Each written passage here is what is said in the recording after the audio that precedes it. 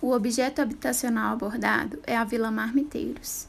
Alunos: Isabela Veloso, Laura Carvalho e Natália Lima.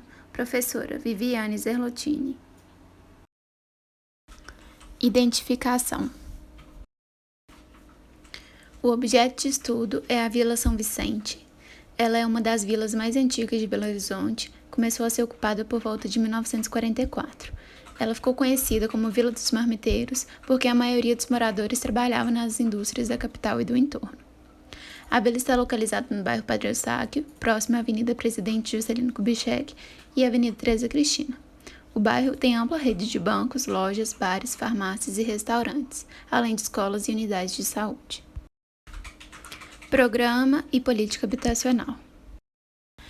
Em 1930 surgiram as EAPs, que eram vilas operárias. Elas beneficiavam trabalhadores vinculados e não atendiam trabalhadores informais, ou seja, rurais e autônomos, dentre outros.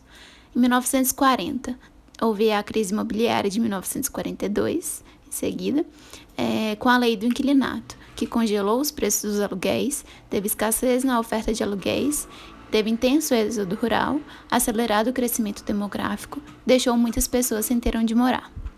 Houve falta de moradia, ocupação de regiões periféricas, surgimento das favelas. Com isso, a Vila São Vicente ela fez a sua ocupação por volta de 1944 pelos trabalhadores da indústria. Em 1950, começava a fundação da Casa Popular, com conjuntos habitacionais, casa própria, tentativa de solucionar a falta de moradia e abrangia trabalhadores informais. Na vila residem 1.142 moradores, tem 272 casas e a área de 39.007 metros quadrados. A vila surgiu através da ocupação de terras não utilizadas por volta de 1944. Seu nome inicial foi Vila dos Atrevidos, devido às ocupações, e em seguida Vila Marmiteiros, devido aos trabalhadores que trabalhavam nas indústrias. Anos depois de sua fundação, surgiram conflitos envolvendo o pedido de desapropriação dos moradores por parte dos proprietários de terra. As primeiras casas foram construídas com madeira e cercas de bambu e arame. Inicialmente, a vila não era contemplada com estruturas urbanas de saneamento e luz. Segundo os moradores, primeiro chegou a luz, depois a água e, por fim, o asfalto, que ainda é recente. Com a chegada do asfalto, as linhas de ônibus começaram a passar pela vila e facilitou o acesso à região. Regularização. A regularização fundiária traz várias vantagens para a cidade ao possibilitar a oficialização da denominação de logradouros públicos e facilitar a implantação ou ampliação de serviços públicos em regiões carentes. Já para o morador, os benefícios são vários. Ele se torna dono legal do imóvel em que reside, conquista um endereço oficial reconhecido pela cidade e instituições, pode registrar e regularizar em cartório as construções existentes no lote, o imóvel fica mais valorizado, tem acesso a financiamento bancário ou crédito no comércio, ou seja, é incluído no mapa urbano da cidadania. O processo de regularização é complexo e normalmente muito demorado. Durante esse processo é imprescindível a participação ativa da comunidade, e para isso é criado um grupo de referência, GR, formado por moradores e representantes da população local, que será titulado. A Vila Marmiteiros, São Vicente, foi regularizada pela Prefeitura de Belo Horizonte e 160 moradores foram beneficiados. Inserção urbana. Topografia.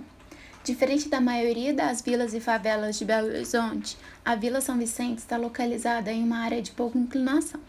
Por ser mais plana, as construções foram implantadas sem precisar fazer cortes e aterros significativos. Ruas. As ruas são estreitas, tornando difícil o tráfego de automóveis. Nos becos sem saída, só é possível o trânsito de pedestres. Não há iluminação pública nos becos. Rede de água e rede de esgoto. Alguns becos da vila não têm rede de água e esgoto. Por mais que a vila tenha sido regularizada, ela ainda não foi contemplada com todas as infraestruturas urbanas básicas. Vegetação. A Vila São Vicente é pouco arborizada. A maioria das árvores observadas encontram-se no quintal das casas e não nas calçadas ao longo das ruas. maior sensação térmica nas ruas e maior desconforto térmico para os moradores. A vila não possui espaço para lazer ao ar livre. Educação. A UMEI São Vicente atende diretamente a população da vila e oferece uma boa estrutura para o desenvolvimento educacional. Saúde. O Centro de Saúde Padre Eustáquio fica bem próximo da vila e é um departamento de saúde pública. Unidade habitacional. Na vila, as ruas são estreitas, os passeios são estreitos ou inexistentes, existe pouco afastamento frontal e lateral entre as casas, o pedestre compartilha a via com os carros, a iluminação e a ventilação é prejudicada, as casas geram muita sombra entre si, a entrada das casas direto pela rua, sem passeios para separar. Algumas casas foram adaptadas com um novo pavimento, muitas vezes porque possuem famílias grandes nas moradias. Por não possuir afastamentos frontais e laterais, a iluminação natural fica limitada apenas às fachadas frontais. As janelas voltadas para as ruas limitam a privacidade das casas e também a segurança. A situação abaixo é recorrente na Vila Marmiteiros.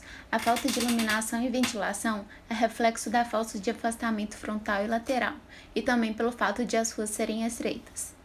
A casa em verde obstrui a passagem de vento, que em BH é predominante na direção leste para oeste. A fachada da casa em rosa recebe pouca iluminação solar da manhã e pouca ventilação. Analisando a produção habitacional no país em geral e na região estudada, podemos considerar a vila como um meio de diminuir os problemas habitacionais, abrigando diversas famílias que não possuíam casas. Por outro lado, as casas foram construídas sem nenhuma regra evidente e vivem sobre as condições. Casas muito aglomeradas lado a lado, falta de conforto gerado pela falta de afastamento e falta de infraestruturas, pouco espaço de lazer e até mesmo espaço para as pessoas nas ruas. Tipologia e tecnologia. A Vila Marmiteiros tem como tipologia habitacional predominante a residência unifamiliar. A tipologia construtiva mais adotada foi a de vedação por tijolos cerâmicos e estruturas por pilares e vigas de concreto. O tipo de cobertura mais utilizado na Vila Marmiteiros é a telha de fibrocimento, conhecida também como brasilite ou amianto.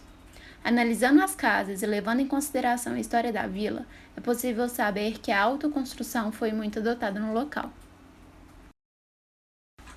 Na vila, existem casas que estão em boas condições, em médias condições e em condições ruins, mas a qualidade predominante dentre as casas da Vila Marmiteiros é ruim. Muitas casas apresentam irregularidades nas vedações externas e na cobertura, o que interfere diretamente na segurança e conforto de seus moradores. Encontramos vedação com tijolos instáveis exercendo papel estrutural, telha quebrada, lacunas entre parede e telha. Falta de janela, vulnerabilidade em dias de chuva e segurança em geral. Vedação com tijolos quebrados, lacuna entre parede e telha. Calha improvisada, conexão irregular entre parede e telha. Elementos elétricos e hidráulicos. Elementos hidráulicos passando pelo lado externo da casa, sujeitos a danos que gerem infiltração e contaminação da água. Elementos de distribuição de energia passando muito próximo de ambientes residenciais, sujeitos a acidentes. Relações sociais de produção. Infográfico do ciclo da autoprodução.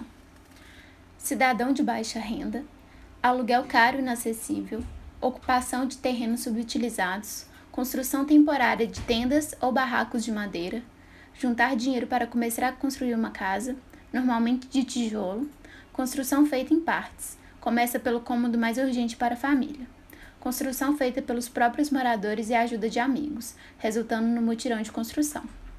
Isso resulta em um morador responsável pela ocupação, planejamento e obra. Solução de um problema. Vimos que várias casas têm pouca iluminação natural e poucas janelas. A inclusão de clarabóias na cobertura das casas ajudaria no conforto lumínico natural no interior das casas. A lâmpada de PET é uma solução barata, eficiente e fácil de fazer. Paredes com garrafas de vidro no meio dela é uma solução barata, eficiente, fácil de fazer e mantém a privacidade dos moradores. Claraboia. Para fazer a claraboia é necessário o bloco de vidro e o suporte para que ele substitua a lajota da laje tradicional. Todos esses materiais são fáceis de serem encontrados na internet e lojas de construção. Lâmpada de garrafa PET. Para fazer sua própria lâmpada não é preciso muita coisa, bastam apenas os seguintes itens abaixo: uma garrafa PET transparente de 1 litro ou mais, água sanitária, massa para vedar, massa plástica, filme fotográfico usado para proteger a tampa da garrafa. Para a instalação da lâmpada, você precisará de algum tipo de ferramenta para cortar orifícios em formato circular nas telhas em que deseja colocar as garrafas.